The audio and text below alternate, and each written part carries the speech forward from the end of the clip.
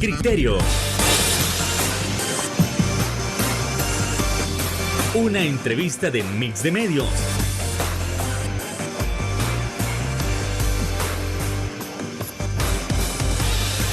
Que aborda frontalmente los problemas de El Salvador con los verdaderos protagonistas y plantea soluciones.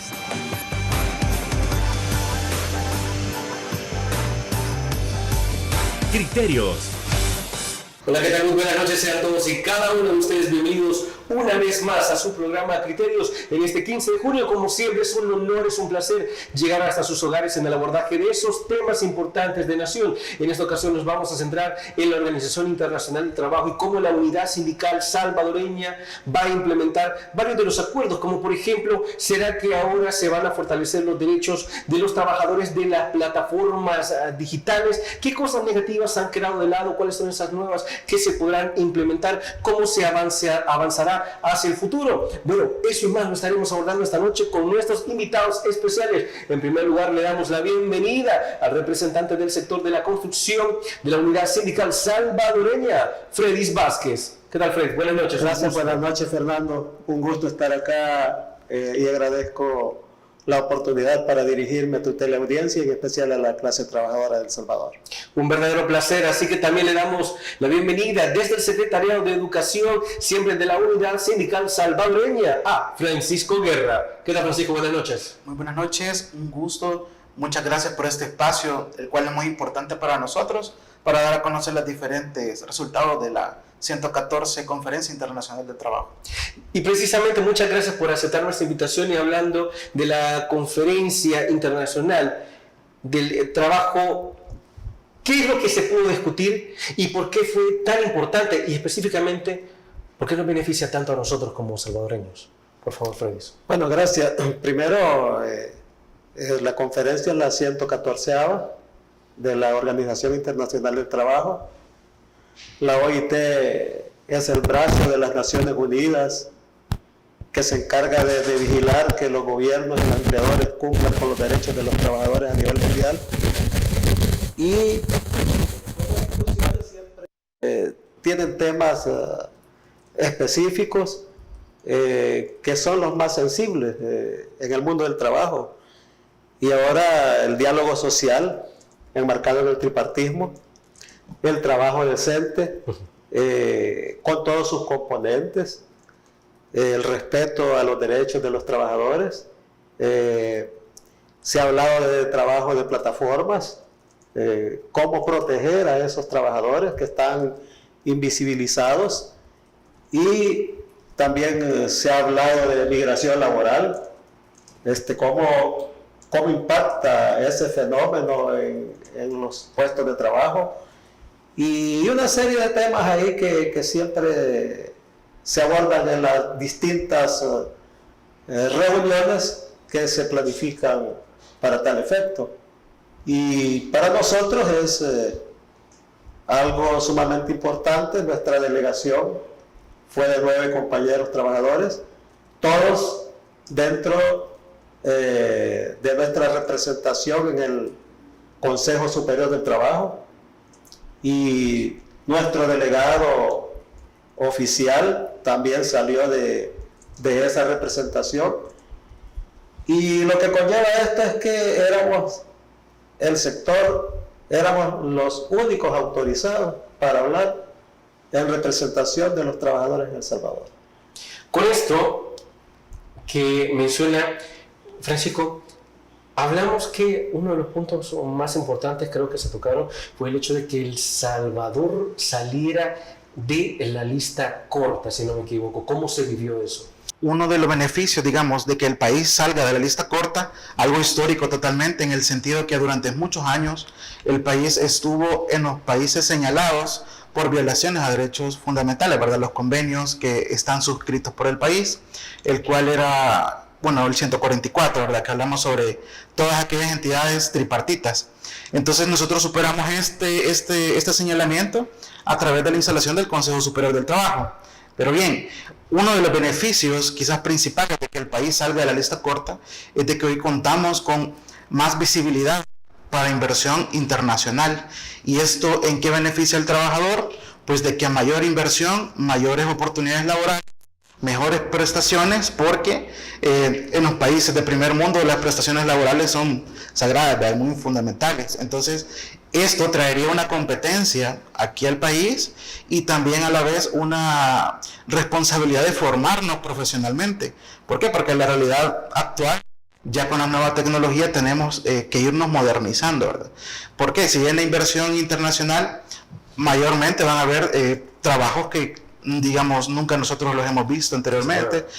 Bueno, todo el tema de teletrabajo, que de aquí del país se pueden realizar actividades para otros países, el cual para ellos pudiera ser bastante económico, por decirlo así, pero para nosotros es una gran fuente de ayuda, por las mismas condiciones económicas en las que hemos estado. Otro punto también muy importante es de que a través del diálogo social, dentro del Consejo Superior del Trabajo, estamos viendo mecanismos, ¿verdad?, como uno de los más importantes, una reforma a la legislación laboral, la cual, bueno, tenemos un código de trabajo prácticamente ya desfasado, ¿verdad?, ya con alrededor... No, a una reforma integral, ya actualizándolos desde los montos, porque el código de trabajo todavía está hablando en colones, no habla en dólares cuando ya estamos en otra realidad, y asimismo una serie de condiciones que al menos en empresa privada, el sector de maquilas, de agropecuarios, se tienen que fortalecer, y mucho mejor que vendría con esta propuesta que vamos a trabajar de la reforma a la legislación laboral. Ok, entonces, hablando, sí, continúa, Fred. Yo quizás quisiera también hacer un apartado en esto de las listas, porque ese fue uno de los objetivos principales de nuestra delegación, el lograr ya y convencer a las personas que negocian las listas para que El Salvador saliera definitivamente de ellas. Y aquí quiero reconocer el papel y el esfuerzo del señor ministro de Trabajo, que con toda su experiencia y con todo el amor que le tiene a la clase trabajadora, logró convencer a los empleadores para que ya no siguieran insistiendo en que el país siguiera las listas. Y este trabajo lo venimos haciendo desde hace 5 años. Y al final el resultado es, pues, satisfactorio.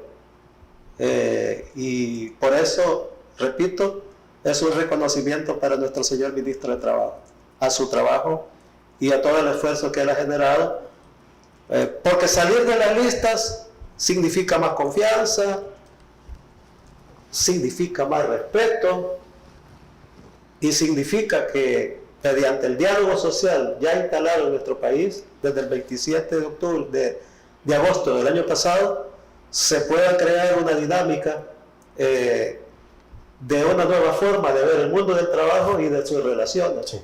Y con eso, por supuesto, darle auge a la idea del señor presidente de la República de construir un nuevo país enmarcado en todas aquellas cosas que tienen que suceder para que eso sea posible.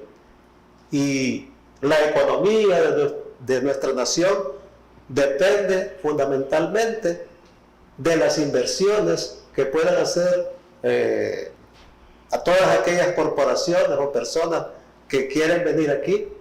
Depende mucho de eso porque se consiguen mejores empleos y posiblemente mejores ingresos para los trabajadores. Pero al final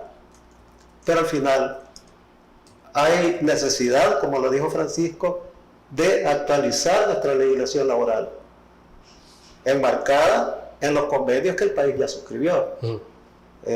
Y todo esto, lo vuelvo y repito, está enmarcado en el trabajo decente y en la forma de cómo ahora se puede compartir la riqueza que genera el trabajo. O sea, para nosotros es importante eso, porque si no hay un cambio de actitud de los empleadores del sector privado, es difícil dar ese paso. Y por eso es que la gente de nuestro país no busca a otros países por gusto, lo busca porque aquí en nuestro país no se le garantizan ingresos suficientes para mantenerse él y su familia de manera decente, como lo dice la OIT. Entonces, todas esas cosas nosotros creemos que que si hay un cambio de actitud y una nueva forma de abordarla, podemos crear una política de empleo y salario por lo menos a 10 años para convertir los salarios de los trabajadores y sus prestaciones en algo progresivo y no regresivo como ahora está. Entonces, repito, esos serán como los retos, ¿verdad? Pero el desafío es mantenerse fuera de la lista. Bueno, y con esto nos vamos a una primera pausa comercial. Por favor, no nos quedan bien. Ya regresamos en Criterios.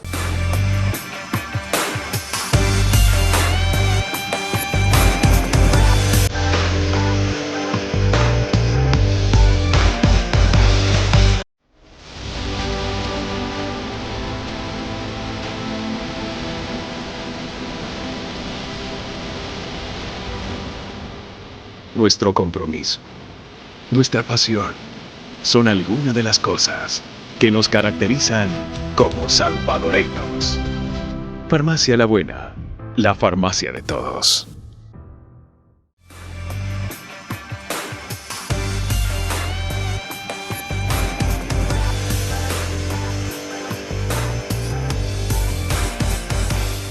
Gracias por continuar con nosotros en Criterios, y es que seguimos analizando cómo se puede modernizar la normativa interna para ir de la mano con la OIT y garantizar los derechos de las y los trabajadores. A ver, Fredis Vázquez mencionaba que sobre el final del bloque anterior mencionaba que lo importante es mantenerse fuera de las listas. Claro, nadie quiere regresar al pasado, nadie quiere retroceder con los derechos laborales.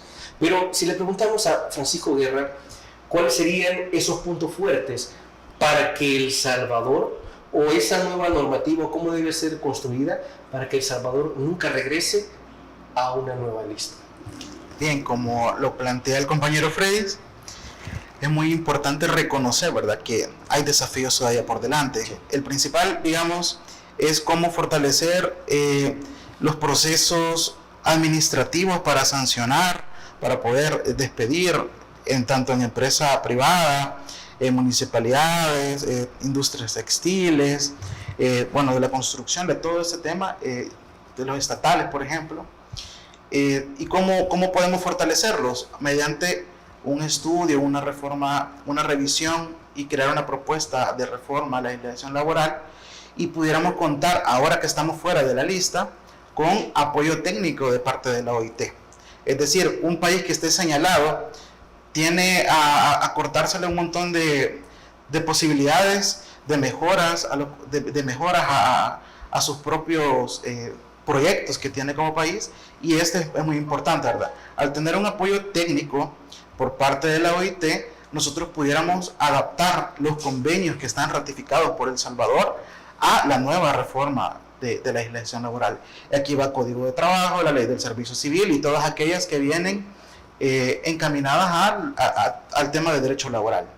Así que uno de esos desafíos es para mí es muy importante el rol que estamos haciendo en estos momentos, porque somos partícipes de una transformación del país. Como dice el compañero Freddy, buscar el desarrollo, buscar un progreso que nos lleve a tener mejores condiciones laborales, económicas para las familias salvadoreñas. Freddy mencionaba también que un punto amplio de discusión fue luchar por el trabajo decente, es decir, trabajos dignos. ¿Cómo nosotros podemos saber que cada vez hay más trabajo decente, que cada vez hay un empleo digno? Y esto lo traigo a colación porque también sabemos de casos de personas que tienen que buscar hasta 2 trabajos para poder solventar las necesidades de su familia. ¿Cómo avanzamos hacia el empleo decente?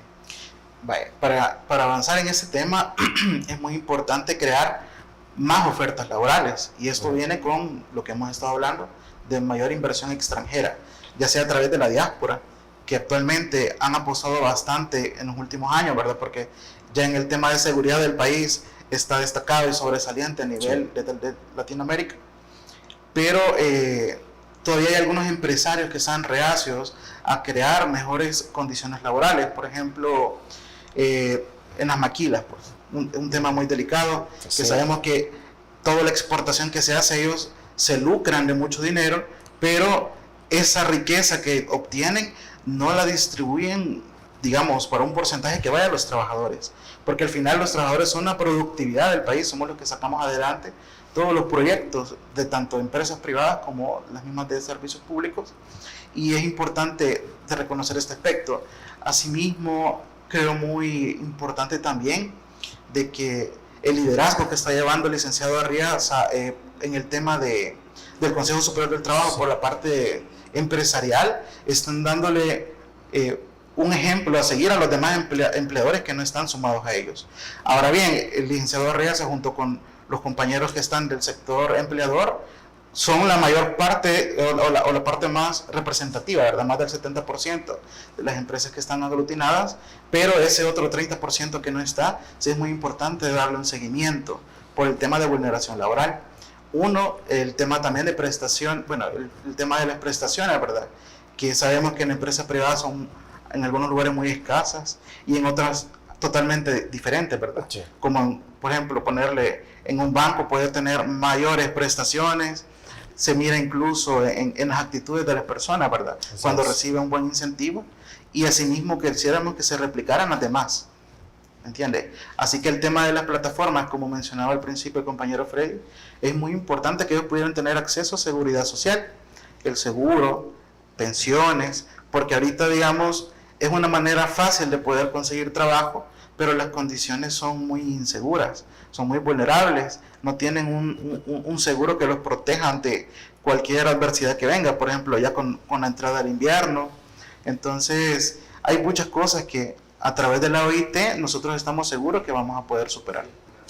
Ahora, me llama, Freddy, mucho la atención de que lo que dice Francisco sobre que todavía hay sectores que son reacios a cumplir con los derechos laborales. O son limitados, o cumplen algunos, y le dicen, mire, gánese los otros, o mire, le vamos a pagar, por ejemplo, le vamos a pagar estas prestaciones, pero estas no. Por ejemplo, queremos pagarle el seguro, pero no le vamos a dar vacaciones, por ejemplo.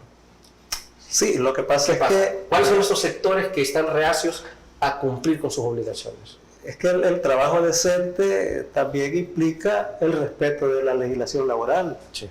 Y fíjate que nosotros tenemos un código de trabajo de 1972, pero desde 1972 para acá, ahí están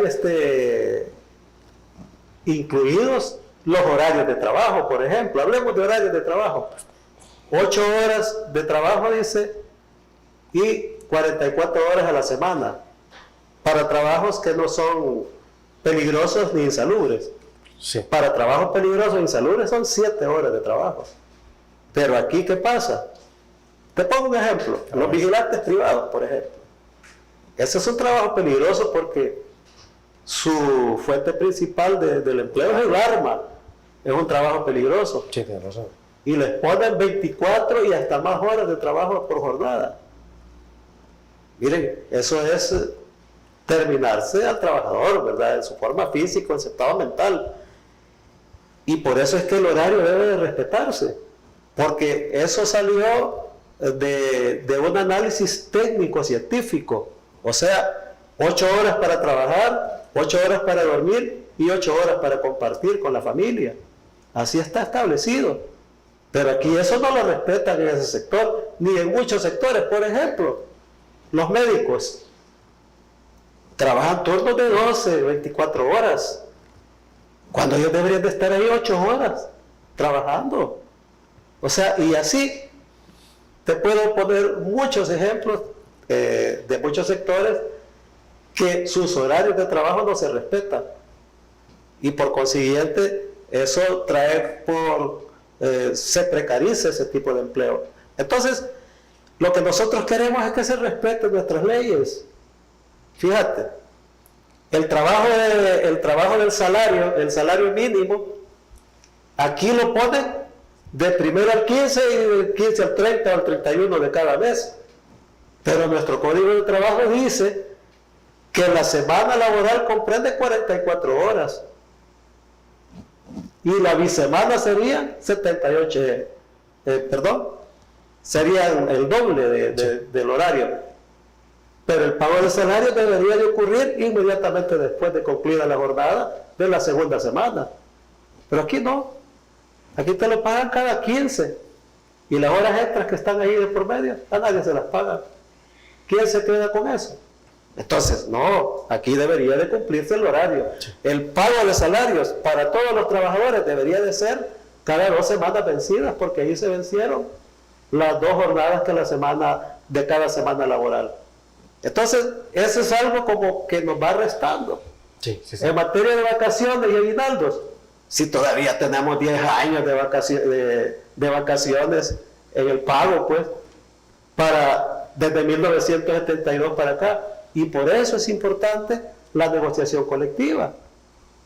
En la negociación colectiva, los trabajadores pueden identificar cuáles son las fortalezas y las deficiencias de su empresa. Y en base a eso, crear condiciones que generen beneficios para las dos partes. Sí. Pero aquí no, ¿verdad? El empleador dice, yo soy el dueño y si vos querés te ajustás a lo que yo digo y a lo que yo quiero de una relación laboral. Y eso es lo que queremos cambiar.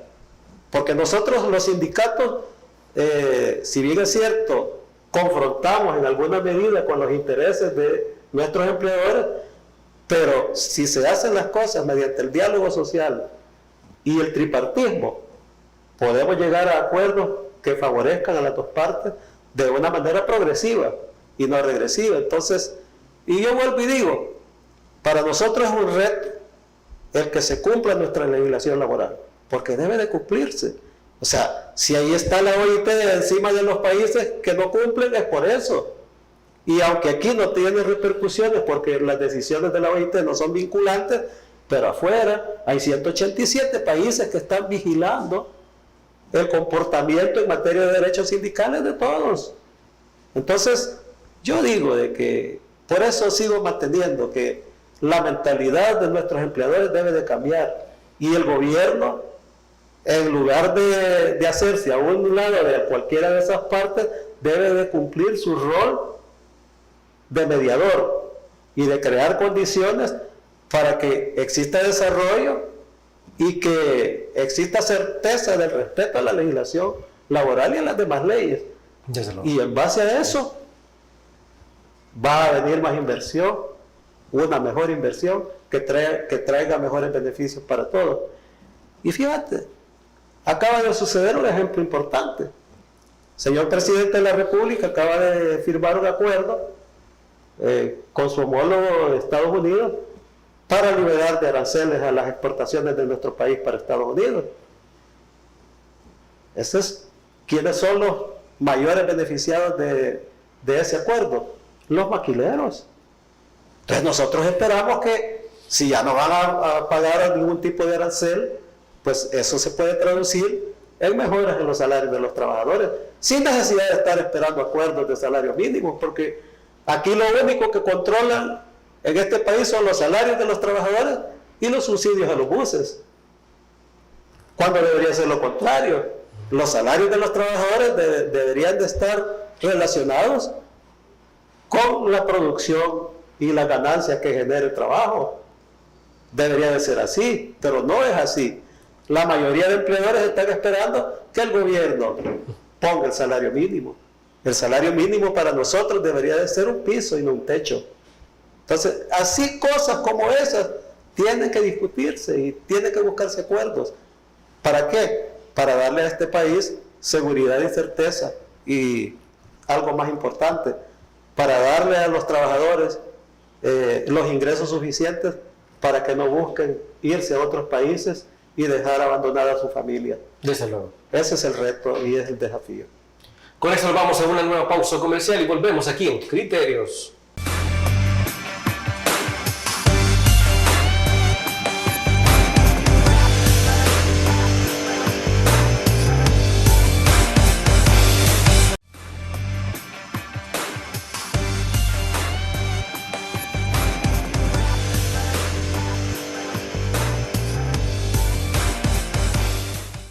A ver, ¿ha escuchado usted cuando le dicen en su trabajo, mire, puede quedarse una hora más, puede quedarse 2, puede cubrirle un turno a tal persona. Y usted pregunta, ¿y esas horas extras me las van a pagar? Bueno, lo mucho si quiere pizza es lo más, pero usted tiene que sudar la camiseta. Eso, estamos hablando de la creación de una cultura que para muchos es altamente negativa. ¿Cómo se combate ese tipo de situaciones? En este caso, Francisco, muchos casos creo que ustedes también han escuchado, quédense horas extras, suben la camiseta, demuestren que de verdad les gusta su trabajo, porque hay muchos esperando detrás de ustedes que quisieran estar, hablamos de una manipulación psicológica, que muchos de ustedes quisieran estar en su lugar, así que valoren el trabajo y algún día, cuando su esfuerzo dé frutos, entonces ya ahí ya se les va a aumentar y se van a sentir satisfechos. A ver, Francisco, ¿cómo se combate esa cultura? Bueno, por eso es muy importante que dentro de esa diversidad, porque aquí estamos hablando de casos, ¿verdad? Sí. Hay muchos empleadores que cuando vayan diciendo a la hora le dicen, miren, vayan comenzándose a preparar y váyanse. ¿Por qué? Porque saben que la hora extra conlleva una remuneración. Sí. Pero hay otros también, digamos, no la gran mayoría, sino que hay un grupito de empleadores que sí les gusta aprovecharse de la necesidad económica del trabajador y sí, también muchas veces de su buena disposición, porque tenemos una cultura de ser solidarios, de siempre apoyar, colaborar, pero a veces, en algunas ocasiones, los empleadores abusan de esta confianza y lo convierten más como en esclavitud. El Código de Trabajo regula un poco el tema de las remuneraciones por horas extras, pero con más de 50 años de que ya está fuera de tiempo el Código de Trabajo, sí necesitamos una nueva reforma. Y en esta nueva reforma tendríamos que poner restricciones para que no exista un abuso por parte del empleador. Ahora bien, cuando se pasan de nocturnidad, por ejemplo, ya hay un porcentaje establecido también. Sin embargo, esta cultura, modificarla es muy complicado, pero se puede hacer. ¿Y quién puede ser el que dé el peso para ese equilibrio entre el empleador y los trabajadores? Son los sindicatos. Entonces, la sindicalización forma parte integral de la productividad de la misma empresa, porque hablamos ya de criterios de controles en equilibrio sobre el poder y, digamos, la mediación entre trabajadores y empleadores.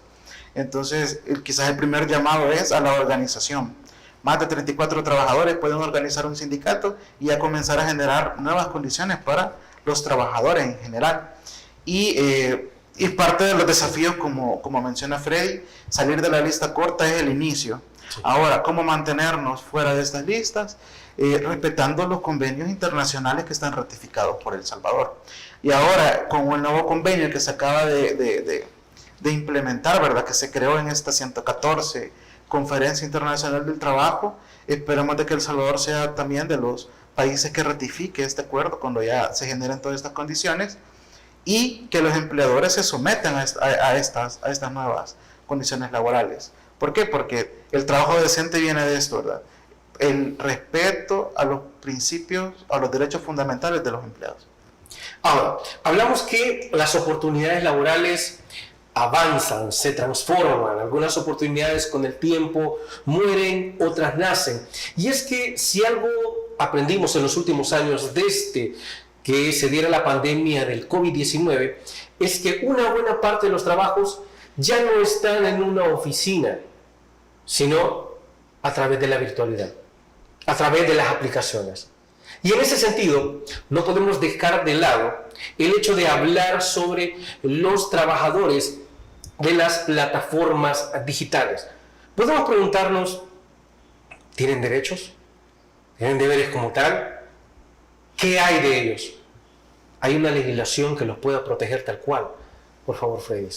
Sí, es que por eso nosotros insistimos en que la reforma a nuestra legislación laboral debe ser integral. Porque nuestro Código de Trabajo, aun cuando todavía tiene vigencia en muchas de sus partes, necesita reformas. Y una de ellas es eso. O sea, cómo volver visible el trabajo invisible y cómo darle derechos a ese trabajo. Sí. Porque imagínate, nosotros vemos, en nuestra familia hay personas que trabajan con call center Sí. Y yo me fijo, desde las 6 de la mañana ya están ahí pendientes de su trabajo, a veces hasta las 7 de la noche. Está recibiendo insultos de los clientes todo el día. Pero no solo eso, el maltrato, etcétera. Sí, Pero sí. ¿qué es lo que reciben a cambio? Salarios de $700. Pizza. Y si hacemos cuentas de 8 horas más 4 o 5 horas adicionales, el salario de ellos debería superar los $1,000. Y no es así. Están trabajando más de 44 horas. a la semana. Entonces no se respeta. Y a veces pagan seguridad social, pero no pagan fondos de pensiones. Y entonces, esas son las cosas que tienen que resolverse en el diálogo tripartito. Y el Estado debe de jugar su rol y su papel de garantizar que los derechos de los trabajadores se cumplan en su normativa que ahora está vigente. Pero ¿qué es lo que queremos nosotros? Que la normativa de derechos sindicales se equipare a los convenios de la OIT que El Salvador ha firmado. Por lo menos 35 están firmados de esos convenios, que enmarcan esos derechos mínimos que el trabajador debe de tener para desempeñar su trabajo con eficiencia y con conocimiento de que sus derechos van a ser respetados. Pero el papel del Estado es muy limitado en este momento, porque quizás no genera el suficiente músculo para crear ejemplos de cómo un infractor puede ser castigado cuando incumple la ley.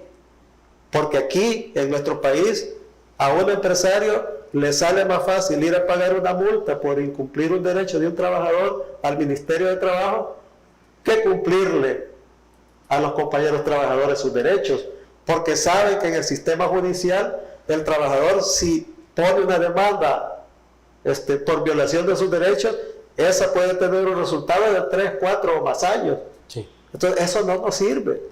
Para nosotros, el Ministerio de Trabajo debería de tener poder coercitivo y poder generar, digamos, acuerdos que le garanticen al trabajador que sus derechos van a ser garantizados en primera línea.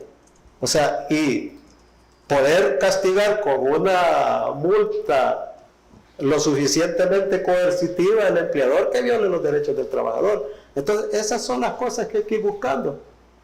Y no son necesarias, oíme bien, no son necesarias cuando el empleador es un empleador consciente, porque quiero decir, hay muchos empleadores que sí son conscientes y tratan de manera distinta a sus trabajadores, y esos son los que crecen. Freddy, cuando usted me habla de multas ejemplarizantes, hablamos de eliminar aquellos casos en los que se viola el derecho, pero como la multa pues es no racional, pero tiene el dinero suficiente para pagarlo las veces que sean necesarias, entonces no lo ve como una multa, casi que paga para violar el derecho. Sí, porque si hay multas de 100 colones en el código, ¿no? Entonces es así. Lo que pasa es que, vuelvo y repito, en el mundo del trabajo se genera riqueza.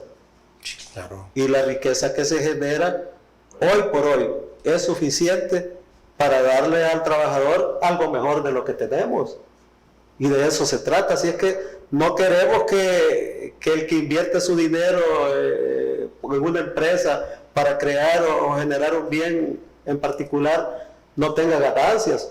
Por el contrario, sí queremos que tenga ganancias y buenas ganancias, pero esas ganancias deben de ser compartidas también con el trabajador. Es lo que ahora no sucede. Entonces, vuelvo y repito, es un reto. Cambiar la mentalidad no es fácil, porque también de parte del trabajador hay responsabilidades, sí, y muchos tampoco las quieren cumplir.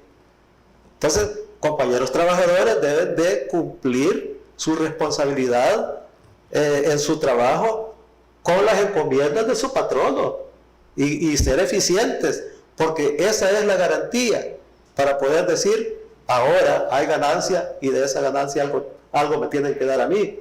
Y por eso los sindicatos somos importantes, porque los sindicatos sí y sus juntas directivas están pendientes, muy pendientes de los resultados finales de las empresas en su año y su ejercicio fiscal. O sea, una empresa que en un año tenga ganancias sustanciales, no puede seguir pagando salario mínimo a sus trabajadores. Entonces, debe de haber una mejora y una mejora constante. Y vuelvo y repito, hay muchos empleadores que tratan así a sus trabajadores y les va bien, no les va mal. Ahora, pero hay muchos y quizás la mayoría, y vuelvo y repito, que están esperando que el gobierno incremente el salario mínimo. Sí, como se han vuelto muy dependientes. Entonces el Estado también debe de liberar esas condiciones, ¿sí? Y por eso es que la negociación colectiva es importante en este país. O sea, también en el Estado debe de generarse el empleo por medio de mérito y capacidad, y no por amiguismo o por compadrazgo como se hace en muchas ocasiones hoy en día. Eso tampoco es bueno para el país.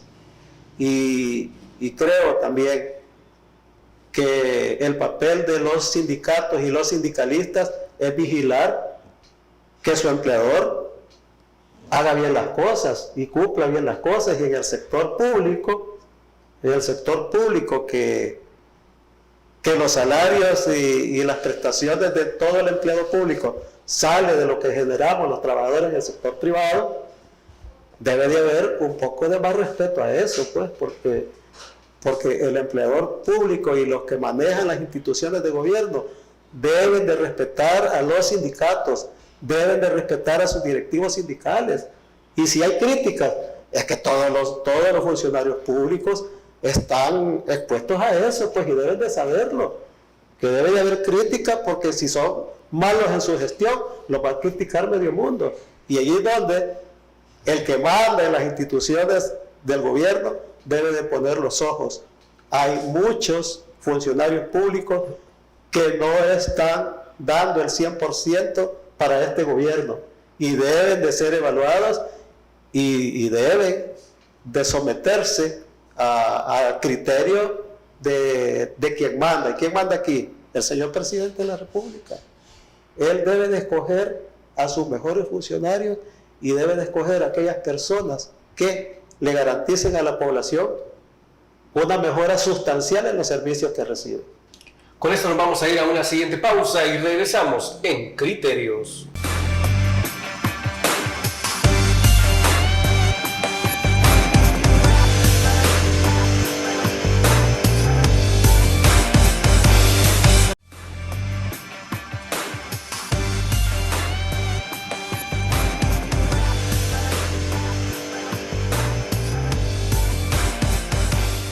Siempre es altamente importante hablar de inteligencia artificial. Y es que la inteligencia artificial no es pasajera, vino para quedarse, vino para adecuarse. Y si hablamos de adecuación, también los derechos laborales tienen que modernizarse con estas nuevas tecnologías.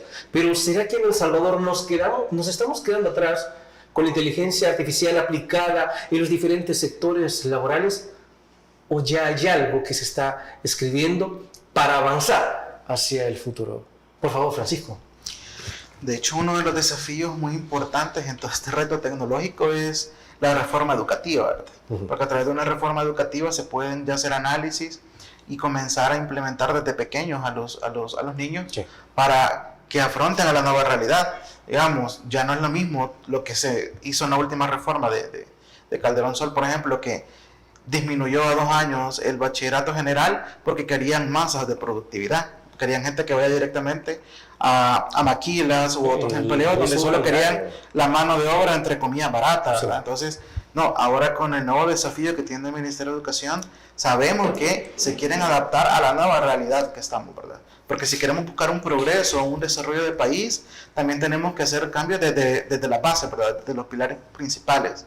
Y eso es desde la niñez. Asimismo, cada grupo familiar es responsable de la educación de los niños.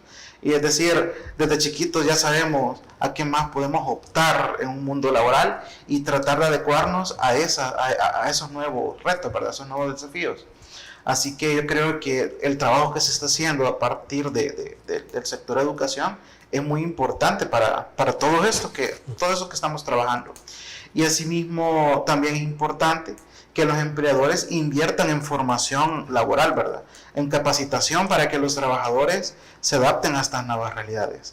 Por ejemplo, el tema informática, el sistemas informáticos es uno de los más cotizados actualmente. Y entrábamos al punto de los teletrabajos, ¿verdad? Bien es cierto que voy a trabajar desde mi casa, pero la empresa me tiene que generar las condiciones para que yo tenga todo. O sea, pagarme parte del subsidio del internet, de la luz, porque yo estoy haciendo un trabajo para la empresa de mis recursos propios. Entonces, todas estas regulaciones tienen que estudiarse. Y regresando al tema de capacitación laboral, es muy importante, bueno, a través de INCAF, que también forma parte del Consejo Superior del Trabajo, que es el tema de capacitaciones para los trabajadores, se implementen, ¿verdad? Digamos, programas, proyectos, diplomados, para que el trabajador tenga más accesibilidad a estos nuevos retos, a estos nuevos desafíos que enfrenta la sociedad, ¿verdad? Ahora, de parte del sector empresarial que está dentro del Consejo Superior del Trabajo, tiene buenos ojos al INCAF. ¿Por qué? Porque ellos son los que tienen la bolsa de trabajo y saben cuál es la necesidad que necesitan. Entonces, para que el trabajador sea parte de este desarrollo, tiene que capacitarse, tiene que seguirse formando y no quedarse solo con lo que vio en el centro escolar o en la universidad, sino ir capacitándose con los nuevos desafíos que vienen. Ahora, también en esa misma línea, Francisco, siempre hablando de la inteligencia artificial, ¿será que hay muchos trabajadores que le tienen miedo a la IA y creen que si aprenden cómo utilizarla, al final van a terminar perdiendo sus empleos? Sí, la inteligencia artificial, que es un fenómeno mundial que se está dando, sí nos da herramientas para podernos fortalecer. Digamos, la IA puede complementarnos con las habilidades que ya poseemos, pero eso es como un poder que debe tenerse en control, de buscar, una de mis palabras favoritas, un equilibrio. ¿Por qué? Porque si yo dependo mucho de la inteligencia artificial, yo voy a perder mis habilidades de evolución como persona, sí, como humano. Entonces, sí es un equilibrio, digamos. La inteligencia artificial me puede dar herramientas para desarrollarme o optimizar algunas actividades dentro del trabajo, pero esta no debe ser superior a mis habilidades, ¿verdad? A mis competencias. Y en el área educativa es muy bien visto, sí, porque antes para estudiar o tener un tema en específico, por ejemplo, de anatomía humana, yo me tenía que ir a rebuscar por una enciclopedia que me vendían a alto costo. Sí. Y esa enciclopedia solo la ocupaba una vez porque el otro año venía una nueva edición y pedían nuevas actualizaciones. Entonces era un gasto bastante fuerte, sí, que se hacía. No que y ahorita nos optimiza. Por ejemplo, hacer una tarea ahora es más fácil porque me meto a la inteligencia artificial, veo, pero ¿qué es lo que tenemos que hacer? Analizar, porque no todo lo que está en inteligencia artificial es real. Muchas veces se toman de páginas web o que a veces no son ni siquiera oficiales, y como no existe otro tema similar, le da esta información y puede estar equivocada. Entonces, ese equilibrio que yo le digo de razonar, analizar e implementar, creo que es muy importante, porque al final la inteligencia artificial sí nos ayuda, pero no debe ser nuestra única herramienta para poder hacer el trabajo, porque si no, nos vamos a hacer personas con mucha utilidad, ¿verdad? Ok, y en esa línea, Fredis, ustedes también están intentando concientizar a los empleadores, concientizar a los trabajadores del uso debido de la inteligencia artificial, que la inteligencia debe ser un apoyo y no sustituir todo el trabajo. Sí, lo que pasa es que a veces los cambios, la gente y las empresas y los trabajadores se resisten. Sí. Pero la inteligencia artificial debe ser un complemento para mejorar las habilidades del trabajo presencial. porque ese es insustituible. El trabajo presencial es insustituible. Una máquina no va a ir a pegar ladrillos en un edificio, por ejemplo, ni a colocar el hierro. Sí. No puede, es imposible. Todavía no es posible eso. Pero sí puede dar condiciones para crear elementos que mejoren la producción en ese rubro. Y igual en todas las demás funciones, por ejemplo en la maquila. En la maquila ahí están las compañeras en una máquina produciendo piezas y haciendo camisas y pantalones, etc. Es la máquina, es la que le da a ellos el complemento para desarrollar esa habilidad. Pero la inteligencia artificial puede mejorar las condiciones para producir, pero no sustituir al ser humano en el momento de hacer las cosas. Y por eso es que nuestro país necesita hoy más que nunca carreras técnicas. Carreras técnicas. O sea, El Salvador ya no necesita más abogados, por ejemplo, ni economistas. No, hay muchos. Necesitamos técnicos, personas que vayan, por ejemplo, a algo bueno que ha estado ya desde hace varios años aquí, que vayan a la reparación de aeronaves, por ejemplo, el mantenimiento de aeronaves, que vayan a vigilar, digamos, los componentes de las máquinas que sirven en el entorno para la producción, etcétera, etcétera. Y vuelvo, ya dijimos que la inteligencia artificial va a impactar negativamente en 300 millones de empleos alrededor del mundo, pero eso también depende de cómo se aborde el tema en las esferas que corresponden. Y para nosotros es importante dar el paso al cambio, porque los sindicatos también deben de adaptarse a ese tipo de realidades nuevas. Y los trabajadores deben de estar conscientes también de que en un momento determinado va a haber un cambio en la forma de cómo hacer las cosas.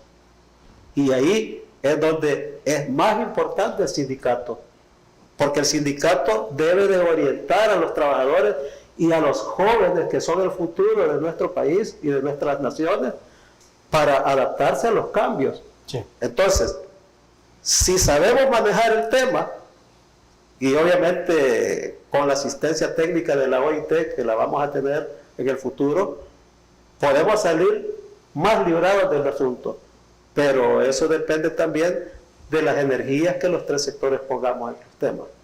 Y por eso es que el llamado es que los empleadores, los trabajadores y el gobierno deben de sentarse a identificar ese tipo de cosas que pueden tener consecuencias en la forma de cómo hacer las cosas en el desarrollo del trabajo, del empleo y de la forma de cómo el trabajador en el futuro inmediato va a recibir beneficios o tal vez se quede obsoleto, ¿no? Y eso sería lamentable para nosotros. Desde luego. Con esto nos vamos a la última pausa comercial y volvemos en Criterios.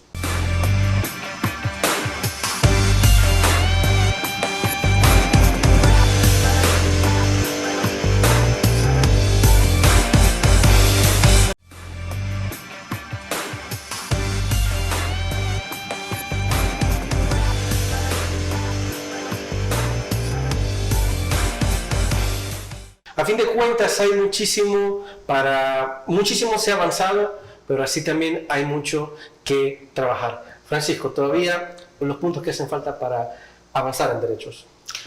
Yo creo que lo más importante ya se hizo. El voto de confianza del sector trabajador, de los que estamos dentro del Consejo Superior del Trabajo, para ser parte de este diálogo social, que a través del diálogo social podemos ser actores principales para todas las transformaciones y desarrollo que viene del país. Y qué más que nosotros los trabajadores estemos dentro de los procesos de estas reformas. Por ejemplo, en la del Código de Trabajo, ¿quién más que dé esta legitimidad, ¿verdad?, adaptarnos a estas nuevas realidades?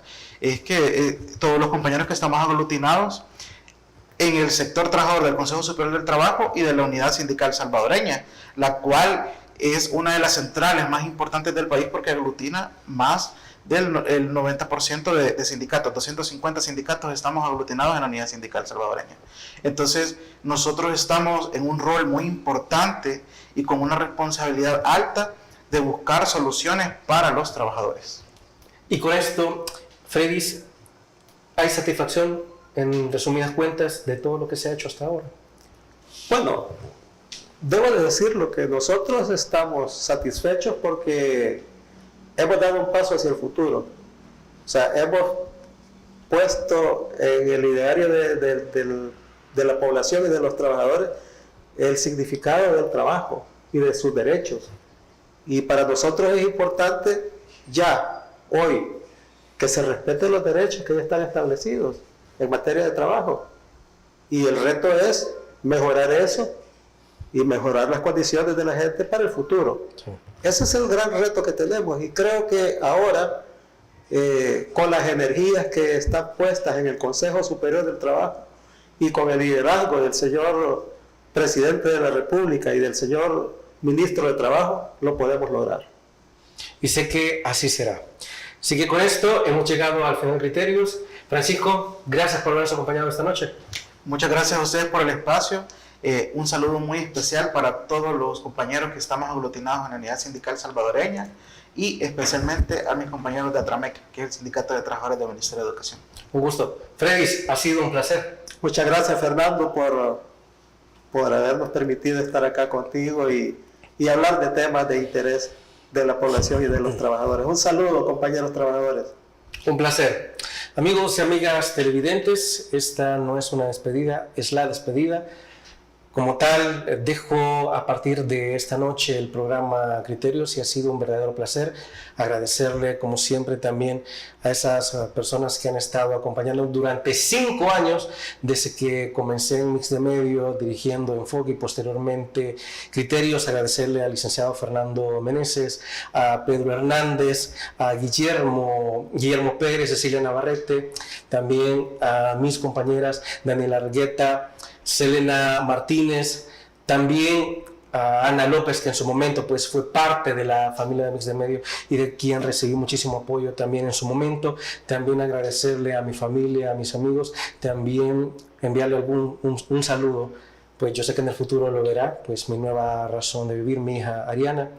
Y también muchísimas gracias a los invitados, ya sea de gobierno, de oposición, de las distintas organizaciones, de los distintos sectores que nos estuvieron acompañando por más de 5 años, en más de 1000 entrevistas que se han hecho en este set. No sé quién estará con ustedes, pero recuerden, no importa quién sea, gobierno, oposición, de distintos sectores. Lo que no debe olvidar es que el criterio más importante en todo aspecto, siempre y por siempre, como en estos 5 años, ese criterio lo van a tener ustedes. Que descansen. Feliz noche. Hasta pronto. Criterio. Una entrevista de Mix de Medios.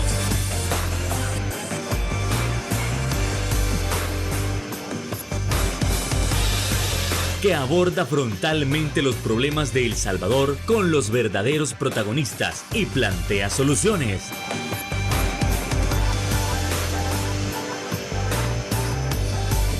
Criterios.